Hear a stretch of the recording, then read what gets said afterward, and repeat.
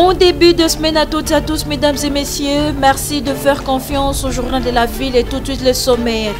Visite officielle du couple royal belge en République démocratique du Congo prévue ce mardi 7 juin. Les Congolais sont mobilisés pour un accueil digne et chaleureux du roi Philippe et la reine Mathilde qui resteront aux côtés des Congolais durant 7 jours. Le président de la République, Félix Antoine Tshisekedi, a achevé sa visite de 2 jours à Oyo, Congo-Brazzaville, où il a longuement échangé avec son homologue Denis Sassou Nguesso au sujet de la crise entre la République démocratique du Congo et le Rwanda. C'est tout pour le sommaire. Mesdames et messieurs, encore une fois, bienvenue dans ce journal.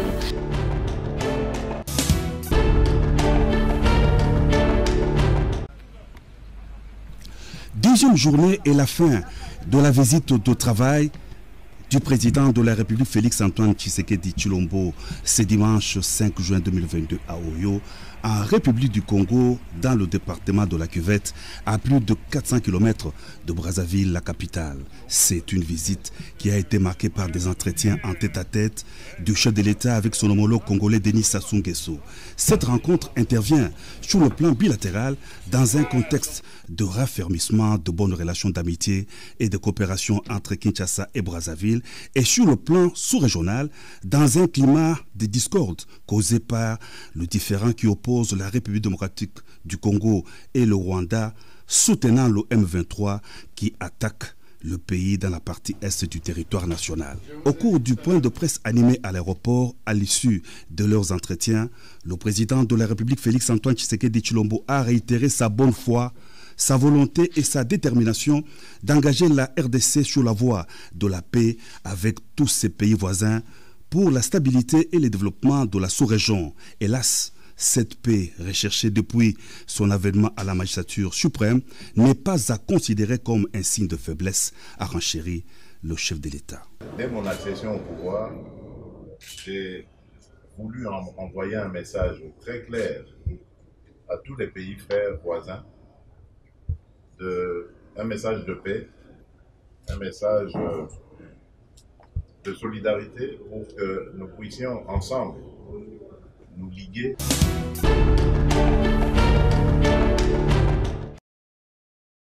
C'est à l'issue du vote nominal et sans être adopté article par article que la loi électorale réformée a été votée à l'Assemblée nationale puis envoyée au Sénat en seconde lecture. Le tout s'est déroulé tardivement au terme d'un débat houleux après présentation du rapport de la commission PAJ, laquelle a élagué certaines options entreprises par le groupe de 13 co-auteurs de la proposition de loi, en l'occurrence les sanctions contre les membres de la CENI et ceux de la Cour constitutionnelle. Dans les textes proposés, il y a 2 éléments essentiels sur lesquels j'ai tenu à prendre la parole pour donner un point de vue qui, je pense, n'est pas seulement le mien, mais un point de vue partagé par l'opinion nationale. Et j'ai commencé par expliquer aux gens le processus électoral de 2018, qui a exclu beaucoup de candidats élus qui ont été exclus au niveau de la CENI, mais aussi au niveau de la Cour constitutionnelle. N'est pas mettre des sanctions dans cette loi contre tous ceux qui participent dans le processus électoral, parce qu'il y a des sanctions pour les candidats que nous sommes, que nous serions. Il y a des sanctions dans la loi pour les candidats, mais il n'y a pas de sanctions pour les membres de la CENI. C'est anormal. Pour les membres de la Cour, par exemple, qui nous ont produit des erreurs matérielles, il n'y a pas de sanctions. Alors, c'est comme si on était en train de préparer une impunité. Réagissant à ces propos, les membres de la dite commission affirment que cette dernière n'a fait que reprendre les 10 options retenues par la plénière sur les 18 proposées par le G13, parmi lesquelles le seuil de recevabilité, le maintien de la proportionnelle, la prise en compte de la dimension genre ainsi que la distinction des inéligibilités définitives.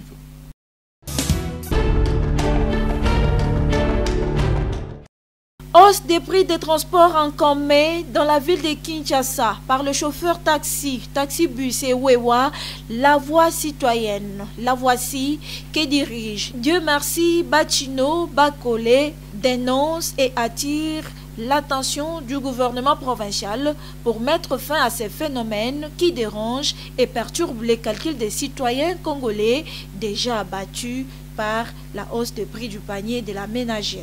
Il en est de même que la chasse des élèves à l'école par certains chefs d'établissement en cette période de révision pour les examens de la fin de l'année.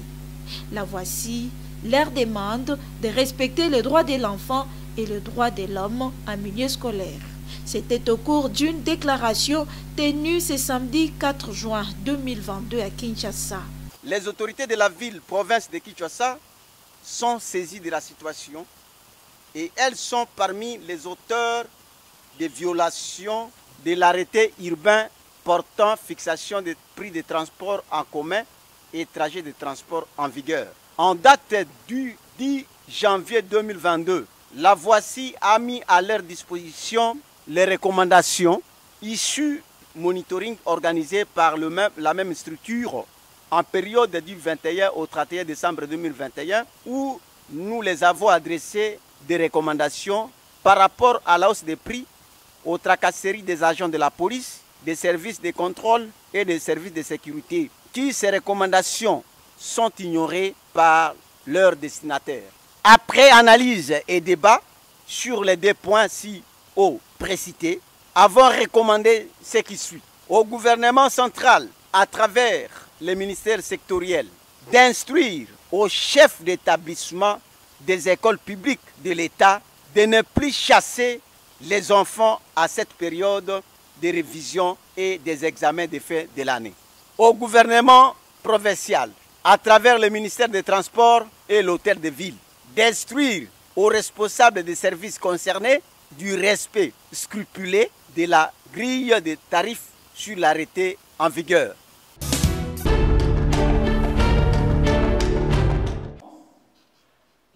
Cérémonie d'investiture officielle ce samedi 4 juin 2022 à Kinshasa, au centre culturel Boboto, dans la salle Monseigneur Munziroa du conseil provincial réaménagé du syndicat de médecins du Congo Simeko et des bureaux syndicaux des bases de la ville-province de Kinshasa par le bureau exécutif national du Simeko sur décision portant respectivement désignation des membres du bureau exécutif provincial et de bureaux syndicaux des bases de la ville de Kinshasa dont le procès verbal a été lu à l'occasion. Et c'est en présence de la représentante divisionnaire, du représentant provincial de l'ordre de médecins, du corps médical ainsi que des invités des marques.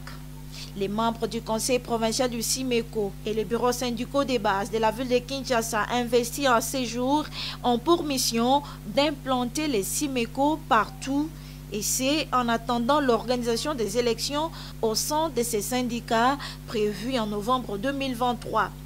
Les syndicats, c'est un travail d'équipe, ensemble avec les bureaux syndicaux de base et avec un nouveau vent. Nous espérons qu'on pourra mener à bon port l'implantation et les élections qui sont attendues d'ici là. Le secrétaire général du bureau exécutif national du syndicat de médecins du Congo, Dr Juvenal Mwanda Lenda, qui, dans son allocution, s'est apaisanti sur les caractères juridiques et les principes du Simeko, revient sur l'importance de cette investiture. Nous avons dans notre mission d'implanter le Simeko, tenu à redynamiser le fonctionnement du conseil provincial du Simeko ville de Kinshasa, en désignant des nouveaux membres au bureau exécutif provincial et au niveau de bureaux syndicaux de base qui ont une triple mission: poursuivre l'implantation du Simeko en recrutant davantage de membres, faire régner la discipline au sein des organes du Simeko de la ville de Kinshasa, préparer correctement le processus électoral qui va être déclenché en août 2022. Mais est-ce que le secrétaire général du Simeko serait-il candidat à la tête de ces syndicats qui n'a jamais organisé des élections depuis 10 ans? Madame, nous ne sommes pas encore au processus électoral. Ça sera réglé par la base. Les investis ont reçu de la part du bureau exécutif national les statuts du Simeko et l'agenda pour s'en servir comme boussole. Ils sont désormais engagés dans la lutte pour porter haut les Simeko.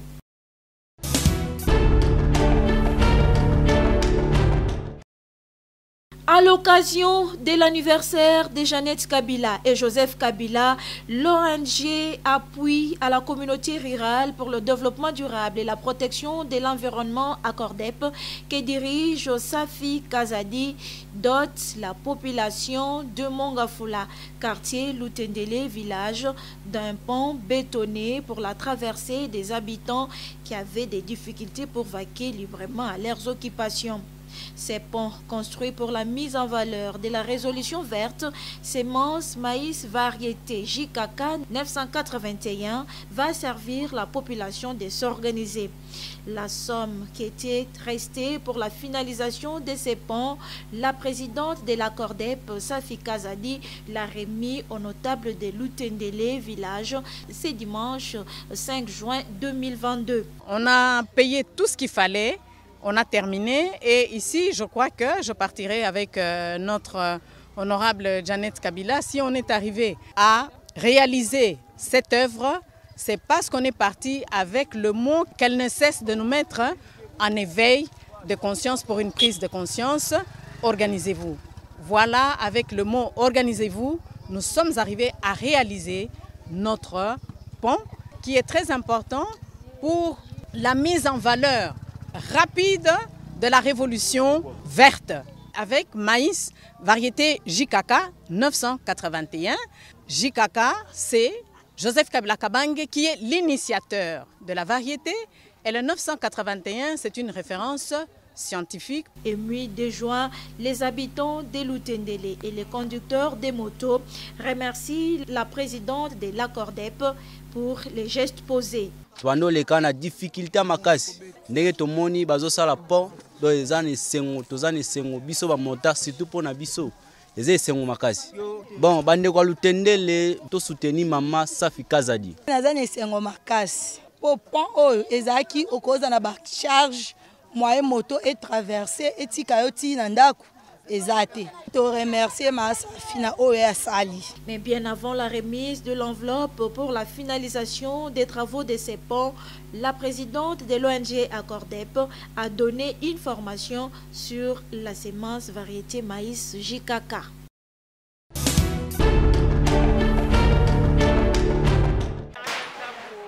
Tous les vendeurs le long de l'avenue Rivière de la Gombe, déjà avertis pour ne pas exercer à cet endroit, les récalcitrants ont été évacués ce lundi 30 mai par l'opération Kinshasa Bopeto, dirigée par le capitaine Denis Mboyo. Terrasses, kiosques, cabines téléphoniques, restaurants de fortune érigés tout le long des avenues ont été démolis par la police Kinbopeto. Chose grave, certains vendeurs ont transformé des maisons de vente en lieux d'habitation. Après la vente, la nuit tombe et ils dorment ici. Très en colère, une vendeuse s'exprime. Ça fait 3 jours et tout le monde a mis ça là quand même lettre tout ça là tu peux ça réponse parce que vous avez une droit à réponse et tu peux ça réponse tout le monde a réaction alors tout cas moi gaga ba bengi biso to koti na kata académie o bolongwa to yebi bino te boza ba locataire na biso te boza pe loko moko te biso to na biso to tonga to yebi te clôture l'académie esuka kuna biso zali na espace ya libanda ya l'état toza pe na mikanda l'état pe to somba o to zala karango ba poser biso question te ba tuni te na za na mikanda l'état la kisana na za na boya la kis mais même pas la quand même juste.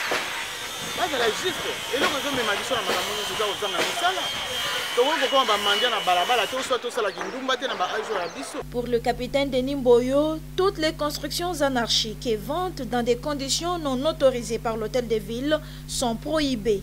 Les espaces envahis anarchiquement doivent être libérés.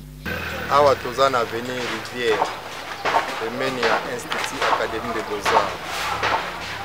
Dei toyaki na Tongowa.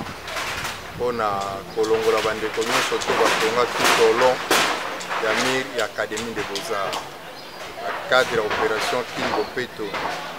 Mutu nyonso tu oyo aza koteka na katikati ya nzela, mutu nyonso tu aza na nzela seke biso tokokutana naye na nzela ntango tolongi. à respecter. La loi est dure, mais c'est la loi. La population doit obtempérer ainsi pour rendre la capitale Kinshasa propre, comme beaucoup le souhaitent.